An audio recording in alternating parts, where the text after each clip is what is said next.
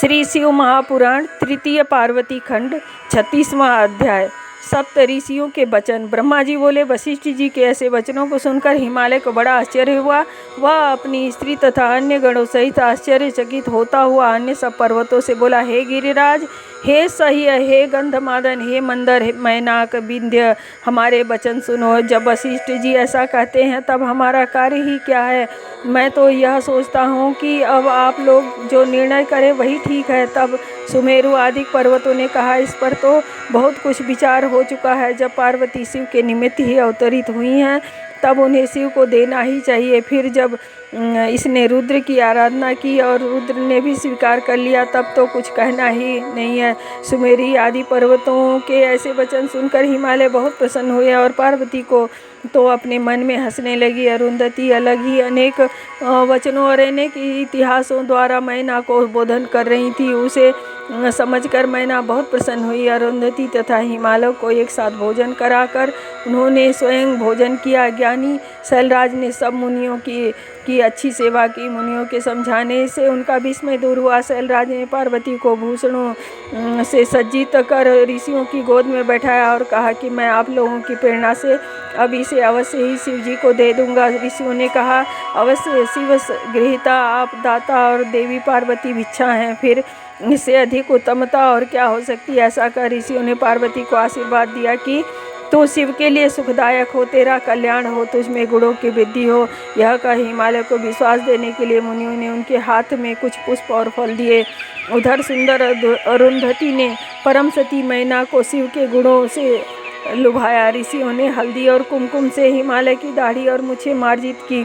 लौकिक आचार पूर्वक सभी मांगलिक कृत्य हुए। चौथे दिन ही उत्तम लग्न मानी गई। ऐसा निश्चय कर सप्त ऋषिगण शिव जी के पास गए। हिमालय और मैना को समझाने वाली अपनी सब कलाएं प्रकट की और शिव जी ने उसकी बहुत सी स्तुति कर कहने लगे कि अब इस प्रकार वे दोनों हिमालय और मैना समझ गए हैं, इसमें कुछ संदेह नहीं है। हिमालय ने वचन दे दिया है, अब वह पलट नहीं सकता।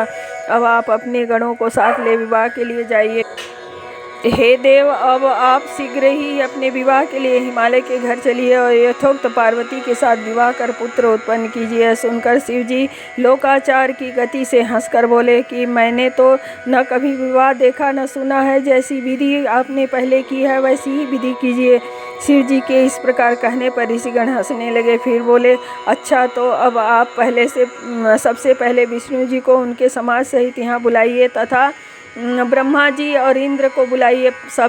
समस्त ऋषियों, गंधर्वों, किन्नरों, सिद्धों, विद्याधरों, अप्सराओं के समाज तथा अन्यों को भी सादर सप्रेम आमंत्रित कीजिए। इन सब के आने से आपका कार्य सिद्ध होगा। सप्रेम आमंत्रित कीजिए, इन सब के आने से आपका कार्य सिद्ध होगा। शिव जी से ऐसा कहकर सप्त ऋषिगण अपने लोक को चले गए। इति श्री शिव महापुराण तृतीय पार्वती खंड का 36वां अध्याय समाप्त। 37वां अध्याय। हिमालय के घर आमंत्रितों का आगमन और मांगलिक कृत्य आरंभ। नारद जी बोले, हे तात, सब ऋषियों के चले जाने पर हिमालय ने क्या किया, यह सब कृपा कर मुझसे कहिए। ब्रह्मा जी बोले, हे मुनीश्वर, अब हिमालय ने अपने मेरु आदि भाइयों को आमंत्रित कर बुलाया तथा सब पुत्रों को बुला हर्षित हो पुरोहित जी गर्ग जी द्वारा लग्न पत्रिका लिखवाई। फिर उसे स्वजनों के साथ शिव जी के पास भेजा तथा उनके साथ अनेक प्रकार की सामग्री भी भेजी। उन्होंने कैलाश में जाकर शिव जी को तिलक किया और वह पत्रिका भी शिव जी को अर्पित की। शिव जी ने भी उनका सम्मान किया। सब प्रसन्न हो शैलराज के पास आए। शैलराज को बड़ी प्रसन्नता हुई। फिर हिमालय ने प्रसन्न हो अपने उन सब बंधुओं को न्योता भेजा जो उनके देश में उपस्थित थे।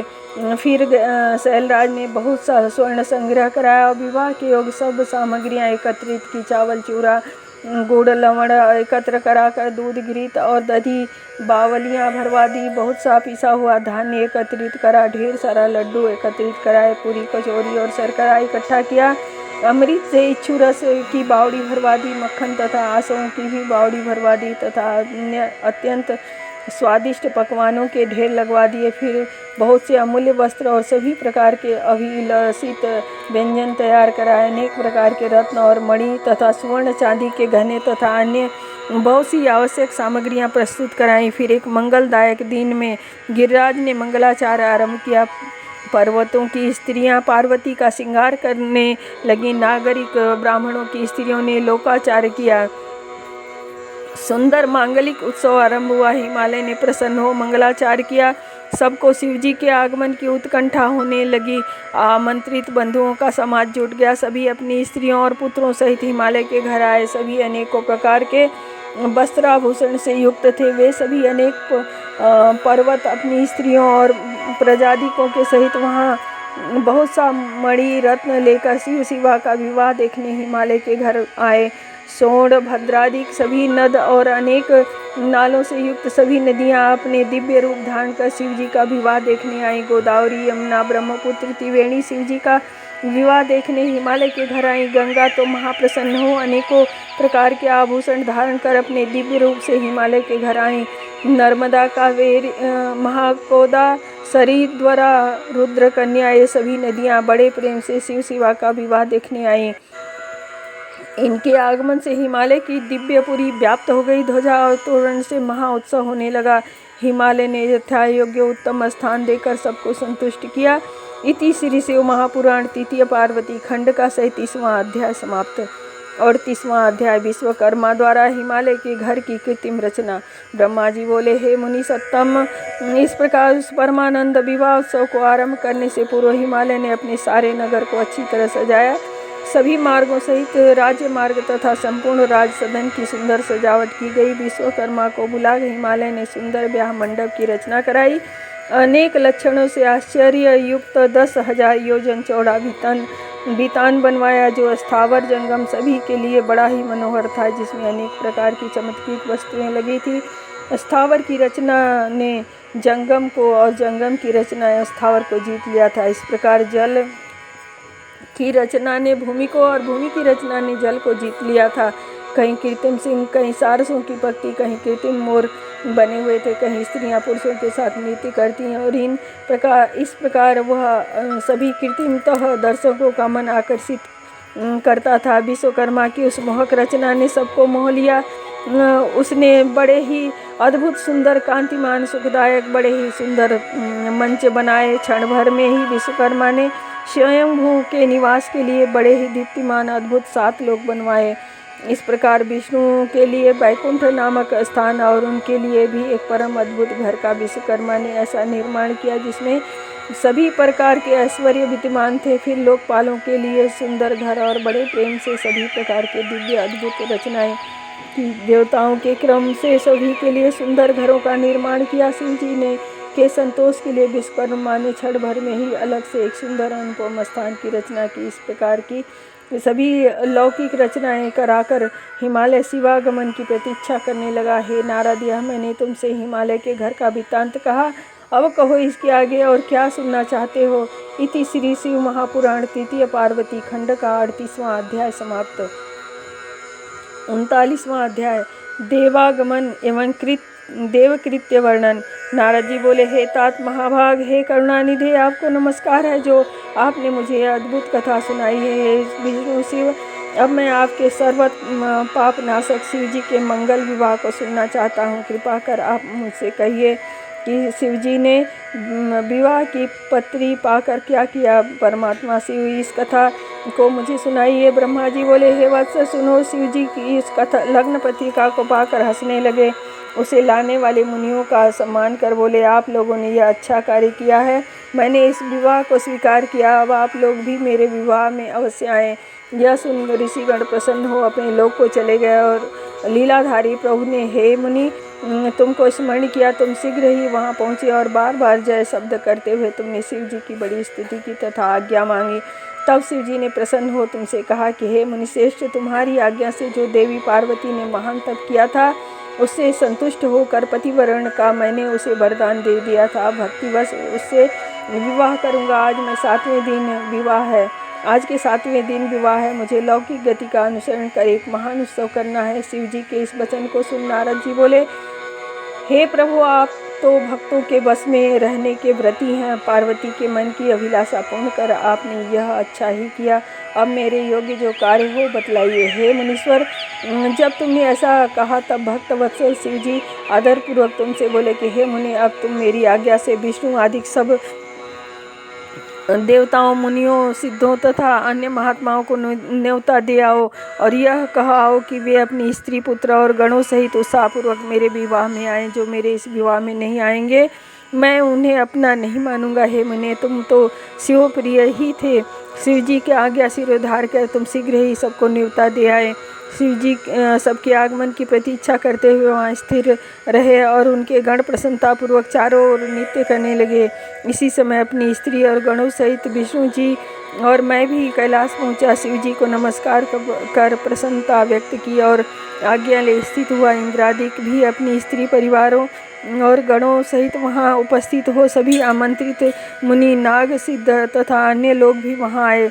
शिव जी ने प्रेम पूर्वक सबका पृथक पृथक यथोचित सम्मान किया। सभी देवताओं के स्थान में विशिष्ट विविध नृत्य होने लगे। उस प्रकार कैलाश पर विचित्र उत्सव आरंभ हो गया।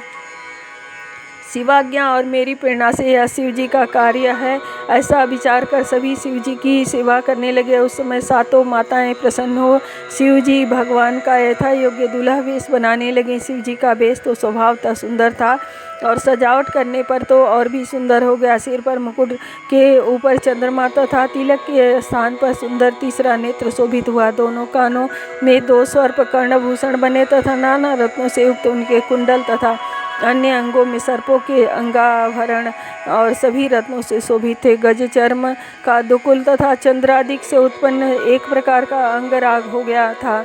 इस प्रकार भगवान शिव का वह सुंदर रूप वर्णन नहीं किया जाता, क्योंकि वे साक्षात ईश्वर ही थे। उन्होंने सभी ऐश्वर्य धारण किए थे। तब उनको इस प्रकार सज्जित हुआ देख देव पक्ष के दानवों, नागों और अप्सराओं ने आकर शिव जी से प्रसन्नतापूर्वक कहा कि हे महेश्वर, अब आप विवाह के लिए गमन कीजिए और पार्वती सहित हम पर कृपा कीजिए। विष्णु जी ने भी कहा कि हे प्रभु, अब आप गृह सूत्र की विधि से पार्वती के साथ विवाह करने योग्य हो गए हैं। इस रीति से विवाह करने से आपकी यही रीति लोक विख्यात होगी। हे नाथ, अब मंडप की स्थापना कर नांदी मुख श्राद्ध कीजिए और कुल परंपरा के अनुसार सब कुछ कर प्रेम पूर्वक लोक में अपना यश स्थापित कीजिए। विष्णु के आदेश अनुसार शिवजी ने सभी विधियां संपन्न की। मुनियों ने प्रेम पूर्वक सभी कृत्य कराए। कश्यप, अत्रि, वशिष्ठ, गौतम, बृहस्पति, कण्व, जमदग्नि, पराशर, मार्कंडेय, शीलापक, अरुणपाल, अकृत, ब्रह्म, अगस्त्य, च्यवन, गर्ग, शिलाप, दधीचि, उपमन्यु, भरद्वाज, अकृतपर्ण, पिपलादि, कुशिक, कौत्स और शिष्यों सहित व्यास जी तथा मुझसे प्रेरित और भी मुनियों ने शिव जी के समीप जाकर विधि पूर्वक सब कार्य कराया। सभी ने कौतुक कर शिव जी की रक्षा की। ऋक, यजु और साम वेद के सूक्तों तथा और भी अनेक स्रोतों से अनेक प्रकार के मांगलिक कृत्य किए। विघ्नों की शांति के लिए मैंने और विष्णु जी तथा शिव जी ने भी ग्रहों तथा मंडलस्थ देवताओं की पूजा की। इस प्रकार के लौकिक वेद कृत्य शिव जी ने संतुष्ट हो सब ब्राह्मणों को प्रणाम किया और सब ब्राह्मणों तथा देवताओं को आगे कर प्रेम पूर्वक कैलाश से यात्रा की। गाने बजाने का महान उत्सव हुआ। इति श्री शिव महापुराण तृतीय पार्वती खंड का 39वां अध्याय समाप्त। 40वां अध्याय, बारात की यात्रा। ब्रह्मा जी बोले, अब शिव जी ने अपने नंदी आदि गणों को बुलाकर प्रसन्नतापूर्वक अपने साथ चलने की आज्ञा दी। सभी गणराज अपनी अपनी सेना को लेकर चले। सभी प्रधान गणों ने अपने साथ असंख्य और करोड़ गणों को साथ ले विविध रूपों से शिव जी के विवाह में प्रस्थान किए। सभी गणराज सहस्त्रों हाथ वाले, जटा मुकुटधारी, मस्तक पर चंद्र रेखाधारी, नीलकंठ और त्रिनेत्र थे। सभी रुद्राक्ष धारण किए तथा सद भस्म को धारण करने वाले, हार, कुंडल, केयूर, मुकुट आदि से अलंकृत थे। विष्णु, इंद्र और मुझ ब्रह्मा के गण अलग ही कांतिमान और आड़िमादिक गुणों से युक्त थे। कोई भूमि पर चलने वाले, कोई आकाश में उड़ने वाले, कोई पाताल में विचरने वाले तथा कोई सातों स्वर्ग में चलने वाले थे। अधिक क्या कहें, सभी लोक में रहने वाले गण शिव जी के विवाह उत्सव में शामिल हुए। इस प्रकार सब गणों से युक्त शिव भगवान अपने विवाह के लिए हिमालय के नगर जा पहुँचे। तब उनको वहाँ पहुँचा हुआ जानकर शत्रुओं को भयभीत करने वाली चंडी रुद्र की भगनी प्रसन्न होकर सप्रेम वहाँ आई। प्रेत उसके आसन थे तथा सर्पों के भूषणों से भूषित सिर पर महाकांतिमान सुवर्ण के कलश को धारण किए हुए थी। उसने अपने करोड़ों गणों के साथ वहां आकर प्रीतिपूर्वक कुतूहल और उपद्रव करना आरंभ कर दिया। उसके पीछे रुद्र के 11 करोड़ प्रिय गण डमरू और भेरी तथा शंखों के शब्द कर रहे थे, जिससे तीनों लोग व्याकुल हो गए। दुंदुभी के शब्दों से और भी कोलाहल होने लगा, जिससे सारा अमंगल दूर होकर सारा जगत मंगल रूप हो गया। उन सब के पीछे सब देवता उत्साहित होकर चलते थे। उनके पीछे लोकपालों और सिद्धों का समुदाय था तथा सबके मध्य में बड़ा विशाल छत्र धारण किए अपने गणों सहित भगवान विष्णु गरुड़ पर शोभायमान हो रहे थे। उनके साथ वेदों तथा शास्त्रों से मूर्तिमान मैं भी उस मार्ग में शोभित हुआ। इंद्र भी अपने गणों सहित ऐरावत पर आरूढ़ होकर नाना प्रकार के आभूषण से शोभित थे। उत्कंठा युक्त संपूर्ण ऋषि भी शिव जी के विवाह में जाते हुए शोभित हो रहे थे। इस प्रकार अनेकों भूत प्रेत बेताल राक्षस यादवान और शाकिनी प्रथम आदि तुम्बरु सहित नारद जी हा हा हो नामक श्रेष्ठ गंधर्व और सभी किन्नरगण बड़ी प्रसन्नता से अनेक प्रकार के बाजे बजाते चल रहे थे। संपूर्ण जगत की माताएं तथा देवताओं की कन्याएं गायत्री, सावित्री तथा लक्ष्मी और संपूर्ण देवताओं की स्त्रियां शिव जी के विवाह में प्रसन्नता पूर्वक चलीं। इसके साथ युद्ध स्फटिक मणि के समान उज्ज्वल अत्यंत सुंदर बैल पर आरूढ़ भगवान शिव जी मार्ग में चलते हुए परम शोभा को प्राप्त हो रहे थे। हे नारद, यह मैंने शिव जी की भर यात्रा कही। अब हिमालय के घर के सुंदर वृत्तांत को सुनो। इति श्री शिव महापुराण तृतीय पार्वती खंड का 40वां अध्याय समाप्त। ओम नमः शिवाय।